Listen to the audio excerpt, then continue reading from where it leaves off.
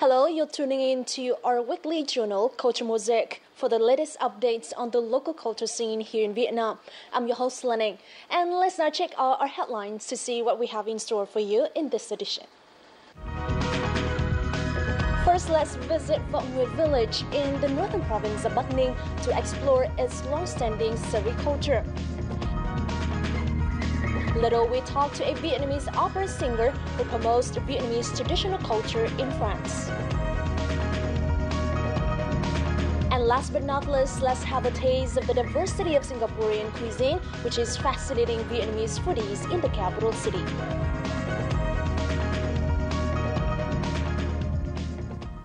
Now, local news comes first with the most outstanding culture events of the last week.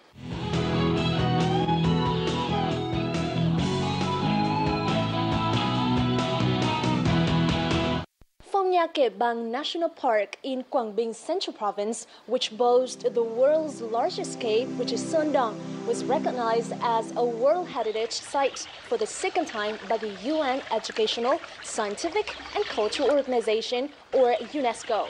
Now, the World Heritage Committee agreed with the Phong Nha Kẻ Bàng National Park Managing Board to expand the park's area from the current 85,000 to 123,000 hectares. The site is comprised of 300 caves and grottos with a total length of about 126 kilometers, which have only been partially surveyed. The second recognition certificate from UNESCO will be granted to local authorities during Quảng Bing's upcoming Grotto Week later this month. A classical music concert entitled The First Hòa Bình Concert took place last Friday night in Hanoi, which is on July the 3rd.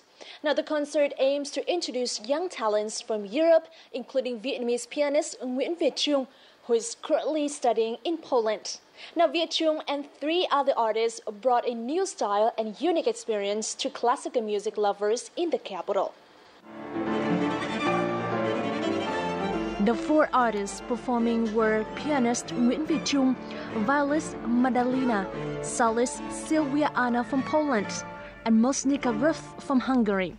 Famous classical pieces by Piazzolla, Arensky, and Shostakovich were played first in the night. I really like the people here. They seem very happy, and for me it's a great honor to perform with Trung and his friends also. 19-year-old pianist Nguyễn Việt Trung captivated the audience with piano concertos of Beethoven, Chopin, and Prokofiev. He is overjoyed to perform in his country. Em rất là xúc động vì ở nước ngoài thì những khán giả như thế là em nghĩ là cũng ở Việt Nam mình là em nói thật là hơn ở nước ngoài. Em diễn ở nước ngoài cũng nhiều và khi về Việt Nam thì em luôn luôn được khán giả Việt Nam đón nhận một cách rất là sôi nổi. Em rất là vui. Cái chương trình này là chương trình của các nghệ sĩ tầm cỡ quốc tế rồi, để làm cho chúng tôi rất là thán phục với tài năng thán phục, và tôi nghĩ là Nguyễn Việt Trung còn đi xa lắm, sẽ trở thành một pianist quốc tế. After Hanoi, the concert continues to captivate audiences in Ho Chi Minh City on Sunday night, July the 5th. Fashion designer Minh Hạnh has become the second Vietnamese winner of Japanese Fukuoka Arts and Culture Award. Now, the award was granted to Minh Hạnh by the Fukuoka Prize Committee on Tuesday at Japanese Embassy in Vietnam.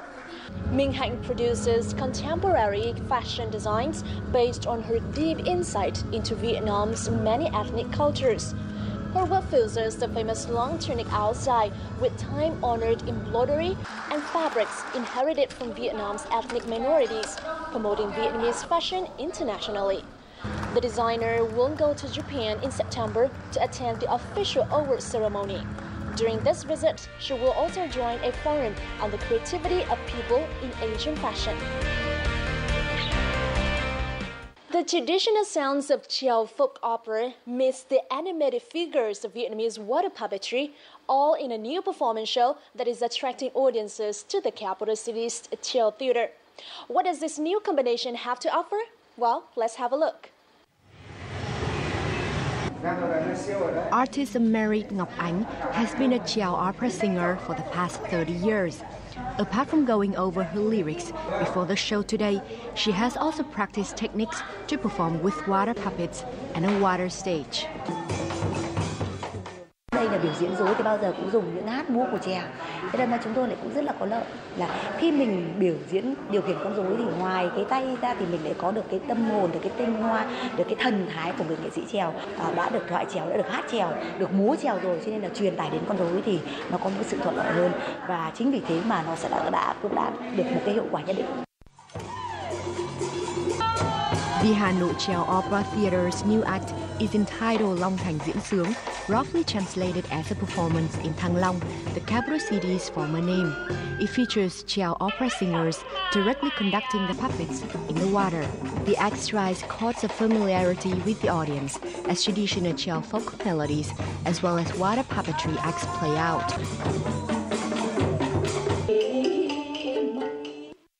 Tôi thì thường xuyên là dẫn các con tôi đi xem các chương trình để duy trì và phát huy cái hiểu biết cho các con về văn hóa truyền thống Việt Nam, đặc biệt là chèo, tuồng, múa rối nước như chúng tôi vừa xem.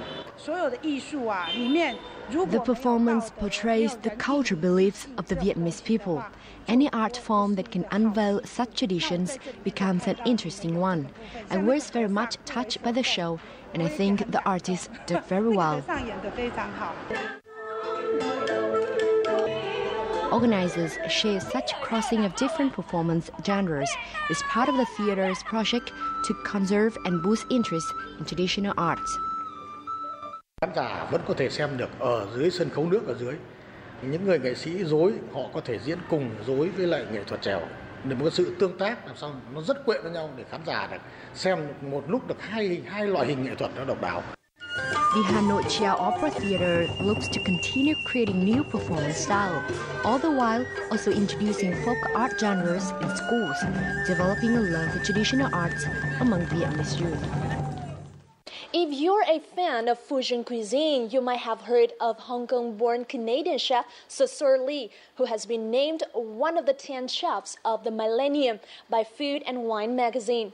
Now, last week, local foodies had a chance to taste his delicious creations as Lee showcased his talent in Hanoi.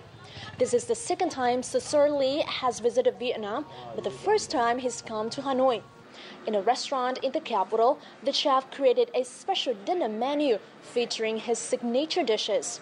During his stay in the country, Cecil also shared his experiences and cooking techniques with local chefs and foodies, hoping to spread the passion for fusion cuisine.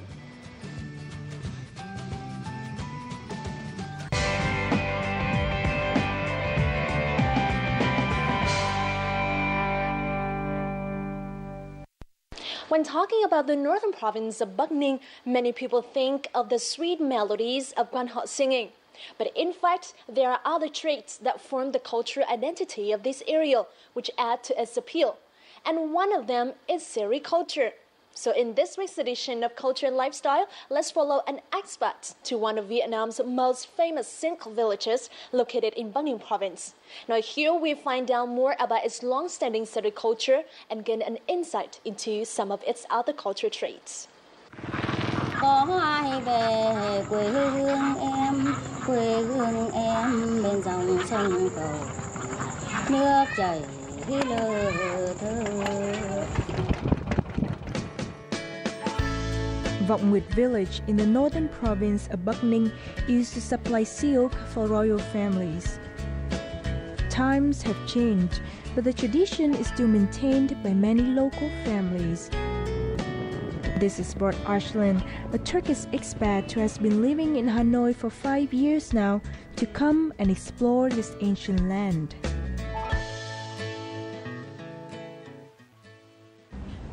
Arslan's first stop is the home of Tiến, a local silkworm farmer with 15 years of experience. Anh khỏe. Anh đang làm gì bây giờ? Anh đang cho tầm ăn. According to Tiến, these are doll silkworms. At this stage of their lives, they're accumulating nutrients to prepare to make cocoons. The silkworm's main food is mulberry leaves, so growing mulberry trees is an indispensable part of life in Vọng Nguyệt. Only fresh leaves contain enough moisture for the silkworms, so farmers often go to the mulberry fields several times a day. Mình một ngày mới có 3 bữa, nhưng mà tầm 3 tiếng, 2 tiếng đã có một bữa rồi. 3 tiếng, 2 tiếng à? Đã ăn một bữa nữa rồi. While picking the leaves, Tiến usually sings some of his favorite Quan Họ melodies. Linh tình này có tôi buồn. Bây giờ hái dâu này, ăn man. Returning to the house, Tiến and Arslan prepare a space for the silkworms to create the cocoons with bamboo and rice straw. After it is fully occupied, the condo is brought to the front door where the sunlight will help the silkworms work more effectively. Tầm ở đây vào 1 ngày 1 đêm. After a day, the cocoons will be formed and taken to be unraveled at a workshop like this. This is complicated work that requires dexterity and meticulousness in order not to break the threads. In Vọng Nguyệt, it is mainly carried out by women. The cocoons are then softened in the boiling water and then unwound by machines to form extraordinarily long threads of great strength, yet remain very delicate.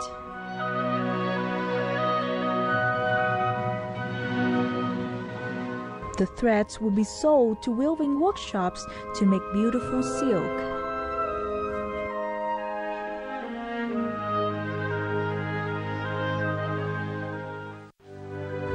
Not all of the cocoons are used to make silk. A small number of them is kept to change into moths and produce a new batch of silkworms.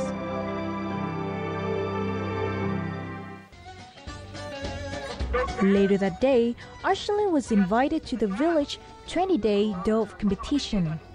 Dove training has become a new hobby for men in Vọng Nguyệt village.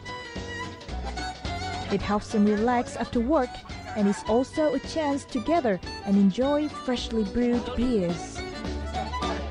Arslan is also given a chance to try this local game.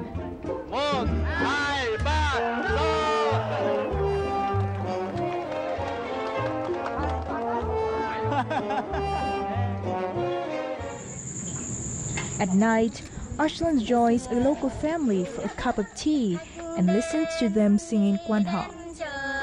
The women in the village lift their voice and the sweet melodies charm the night.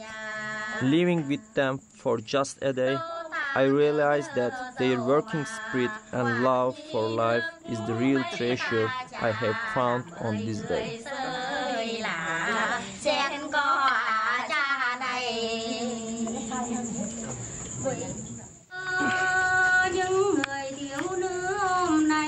Tay đưa thoăn thoắt, chân bước nhanh nhanh, hai lá dầu xanh chăn những nòng tầm. Tầm ơi, ăn lá dầu này, tầm màu lớn nhé, nhà tên cho dây vàng mượt màu tơ.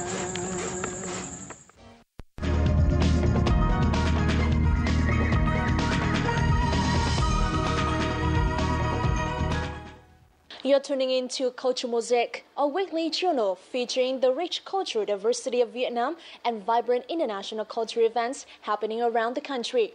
We hope to become the bridge connecting artists and the worst with our viewers out there. So don't go away, we have a lot more in this week's installment coming for you in just a moment.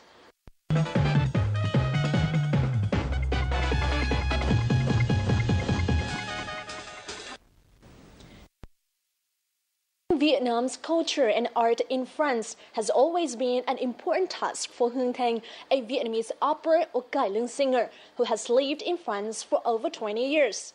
That is why she has collaborated with the Cuisine Museum in France in promoting Vietnamese culture and art for many years. Now, this time she returned to Vietnam to take part in the talk show titled Cuisine Museum Comes to Vietnam, which took place in Hanoi on Tuesday. And our On the Mic this week will find out what motivates Hương Thành to incorporate Vietnamese opera music with other music genres to reach out to a wider audience. Là chàng có hay đêm thiết nằm luôn những sầu tay. Hương Thành is the great interpreter of traditional Vietnamese music, evidently through her performance in Hanoi on Tuesday. She shared the stage with several Vietnamese artists, where her interpretation of traditional Vietnamese music has brought out the diversity and style from across Vietnam.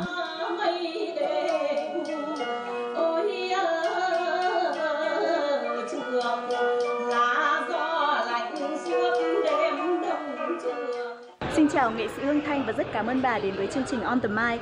Bà vừa biểu diễn tại thành phố Hồ Chí Minh và Hà Nội trong khuôn khổ hội thảo hòa nhạc mang tên Bảo tàng Cuisine và sự hiện diện của văn hóa Việt Nam tại Paris. Vậy thì bà có cảm nhận gì khi biểu diễn trên sân khấu với rất nhiều nghệ sĩ Việt Nam khác? Mỗi lần Hương Thành về Việt Nam lúc nào cũng cảm động, là tại vì không biết trước được trên con đường mà nghệ thuật của mình nước ngoài có cái dịp nào mình về hay không, cái đó là thường không có biết trước. Thì Hương Thành về lần này cũng được là theo như là mình nhớ là khoảng 3 lần, thì trong những lần mà về lúc nào diễn xong cũng cảm động, là tấm lòng Hương Thành lúc nào cũng thấy rất là cảm động và hồi hộp. Hồi hộp là tại vì mình Hương Thành đem cái nhạc Việt Nam ra ngoài nước ngoài, những cái học hỏi của mình từ nhỏ, mặc dầu sẽ không bằng những nghệ sĩ trong nước, nhưng cũng là một phần nhỏ đóng góp cho Việt Nam ở nước ngoài. Trong chuyến trở về lần này thì bà tìm lại được giá trị gì trong nghệ thuật dân ca Việt Nam? Mỗi lần mà Hương Thành về đều học hỏi thêm những bài mới. Học hỏi dân ca là đối với Hương Thành là không có thì giờ học hỏi. Tới giờ này Hương Thành vẫn còn học hỏi qua những cái CD, nên Hương Thành vẫn lo sợ là cái gì mình học hỏi qua CD không biết là nó có thể là toàn diện hay không. Thành ra về Việt Nam cái đó là cái Thành lo, nhưng mà cái lòng tin tưởng mình là nghệ sĩ, mình nghĩ là cái cách mình trình bày và cái lòng của mình khán giả sẽ yêu mến mình. Là một nghệ sĩ phối hợp thành công dân ca Việt Nam với nhiều thể loại âm nhạc hiện đại khác, vậy thì bà đã gặp những khó khăn gì khi kết hợp chúng với nhau? Mình là nghệ sĩ, mình bắt buộc mình làm cái gì phải làm cho hay, thì cái đó là phải giúp cái người nhạc sĩ soạn. Thì khi giúp người đó mình phải giải thích cho người đó mình đang hát cái gì, trăng gió hay là mình đang nói gì, và cái bài đó, cái đề tài đó, cái chủ đề đó nói về cái gì, thì cái người mà muốn soạn đẹp á, họ phải hiểu rồi họ mới làm đẹp được cho cái nhạc mình, và phải làm việc chung nữa. Và khi làm việc với người nước ngoài không có gốc Việt Nam lại còn khó hơn nữa. Thì những cái đó là một cái đĩa không phải một tháng mình làm xong nó mới thành ra một cái đĩa gọi là nhạc thuần túy Việt Nam, nhưng là thành là soạn nhạc mới. Hương Thành comes from a family of renowned traditional Vietnamese musicians. She started her musical career at the age of 10, learning Vietnamese opera before moving to other folk singing arts. Since her move to France in 1977, she has been dedicated toward exposing cải lương to the Western world and has also ventured into the world of jazz.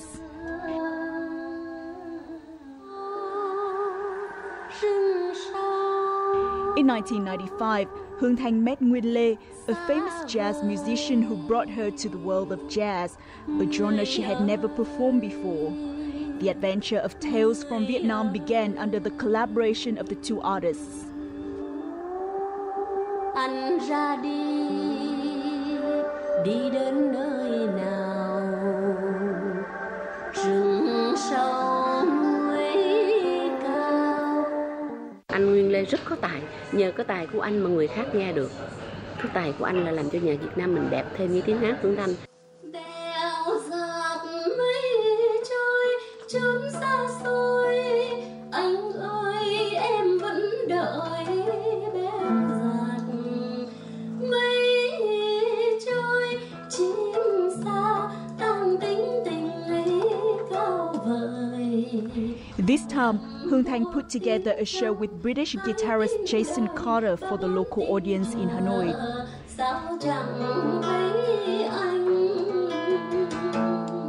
Tại sao chị lại chọn kết hợp với nghệ sĩ Jason Carter và cây đàn guitar harp của anh trong buổi biểu diễn lần này?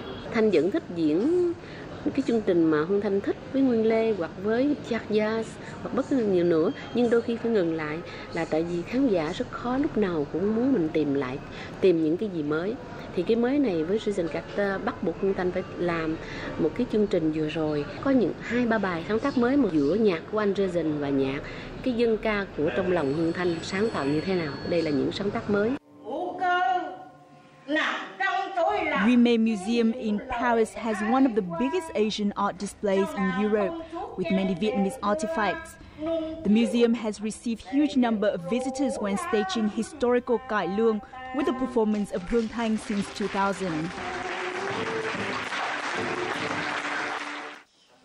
The French artistic director of the museum, Hubert Lau, and artist Hương Thanh has organized shows like this. Người Pháp phần đông bây giờ là nói tới Việt Nam, họ biết là cái chương trình đó họ làm rất là đàng hoàng, rất chỉnh tề, báo chí rồi tất cả những cái thông tin khán giả rất là ủng hộ và rất là thích, rất là thành công. Thanh chỉ nói được câu là mỗi lần diễn 2 đêm là đầy nghẹt khách khán giả. We are running many projects promoting Vietnamese traditional arts in France. After this, our upcoming projects will focus on introducing art performance in the central region of Vietnam. These dances are in danger of being lost, and French audiences may never know about them. And Hương Thanh contribution has helped bring Vietnam's culture closer to foreign audiences.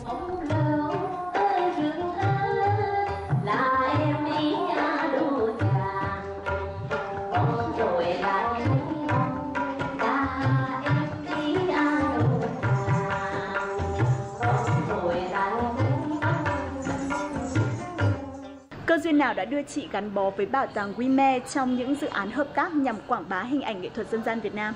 Bảo tàng Guimet là những bảo tàng Á Châu. Hương Thanh không phải là người nghệ sĩ đầu tiên, nhưng mà đúng ra một nghệ sĩ đầu tiên Việt Nam ở trong đó lâu nhất. Lần đầu tiên Hương Thanh diễn lâu lắm rồi, cách đây 8 năm là chương trình dân ca ba miền mà thực sự là thuần túy, tại trong đó là phải thuần túy. Điều gì khiến chị có động lực để gìn giữ và quảng bá hình ảnh nghệ thuật dân gian Việt Nam đến với khán giả thế giới? Tại Hương Thanh là con của nghệ sĩ, mà cái dòng máu của truyền thống rất là mạnh. Suốt cuộc đời mình không quên mình là nghệ sĩ Việt Nam. Cái đó là cái mãnh lực lớn nhất. Hương Thanh vẫn tiếp tục trong những cái project là những cái chương trình mà sắp tới. Thì chương trình của Hương Thanh là lúc nào cũng về Việt Nam, cũng nói về Việt Nam. Cái đó là mình muốn hay không muốn thì không phải ở nước Việt Nam đòi hỏi Hương Thanh làm cái đó. Cái tại vì Hương Thanh là nghệ sĩ, Hương Thanh đam mê cái nghệ thuật cổ truyền của mình. Xin cảm ơn nghệ sĩ Hương Thanh và hy vọng khán giả Việt Nam sẽ có nhiều cơ hội gặp lại chị trong tương lai.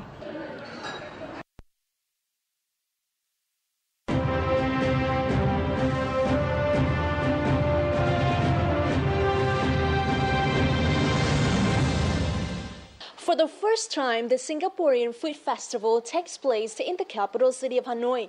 Now, the event aims to promote Singapore's widely varied and justly venerated culinary traditions to Vietnamese foodies. Let's now join us in our Connecting Culture segment to taste the diversity of Singaporean cuisine right here in the capital city of Hanoi, from haute cuisine to hawker fairs.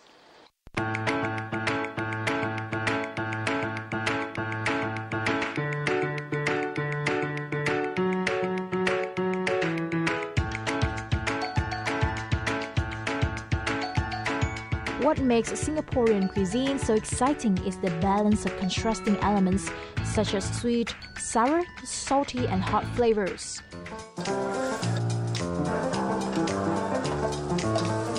Chili crab, pepper lobster, chicken rice, and many more.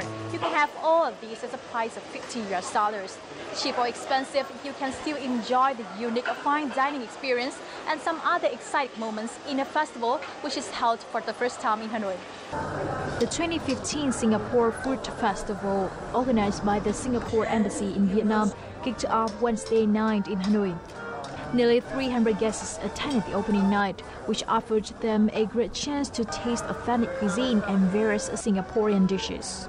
The food today are value for money because I can very rarely taste Singaporean food in Vietnam. Hôm nay đầu bếp của mình hầu như là mọi người đi làm có khoảng 30 người để có thể chuẩn bị được cái bữa tối. Hôm nay ví dụ như cái lượng cua này mình mua được khoảng 40 cân cua để phục vụ riêng cho hôm nay, tại vì mình biết là tất cả thực khách đến đây thì món này là một món chủ đạo mà họ muốn ăn.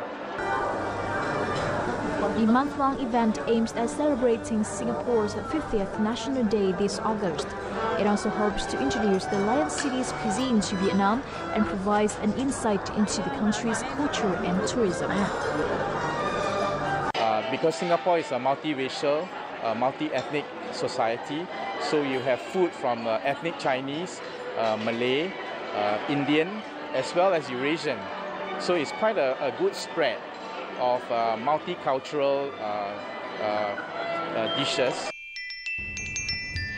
Singaporean food is no longer an unfamiliar concept to Vietnamese and foreign foodies in Hanoi. It is gaining more devotees here, and a wave of restaurants have opened in the past few months to cater for the demand.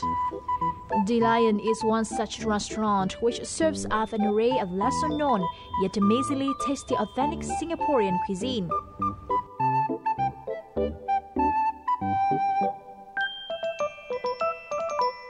Món ăn Singapore nó rất đơn giản, tại vì là thường là tất cả thức ăn thì sẽ được đựng vào những cái phần ăn riêng. Trong đó thì đã bao gồm những gia vị đi kèm. Part of the fun is watching the dishes being cooked. Hoàng Ngọc Sáng, sous chef at the restaurant, also shared his experiences of how to create the best flavor and unique tastes of Singaporean cuisine. Điều mà làm món sinh khác biệt với món ăn Việt Nam, món sinh có nhiều loại sốt với cùng một nguyên liệu nó chế biến khác nhau. Quan trọng nhất khi mà nấu món sinh là phải phối hợp được gia vị với nhau, kể cả bên gia vị của Việt Nam và bên Singapore.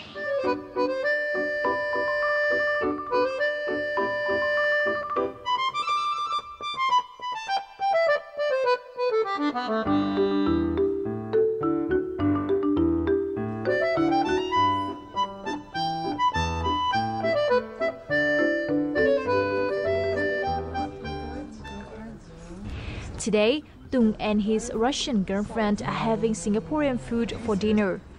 Despite their different backgrounds, this couple share the same passion for Singaporean food. Món ăn Singapore thì như mình hiểu là nó là một sự hỗn hợp của văn hóa Malay này, Ấn Độ này, Trung Quốc này, nên nó rất là phong phú. Nhưng mà mình thì rất là thích cái món ăn Malay này, và Ấn Độ là có món curry không? Curry thì rất là ngon và ăn rất là mùa nào cũng vừa. Đồ ăn của châu Á mới là cái đồ ăn ngon nhất nữa. Và thích hơn so với các món của châu Âu. Singaporean culinary culture takes you on a trip around the world with dishes from Thailand, Vietnam and Chinese to modern Western cuisine all in one bowl. If this sounds like a piece of you, get down here today.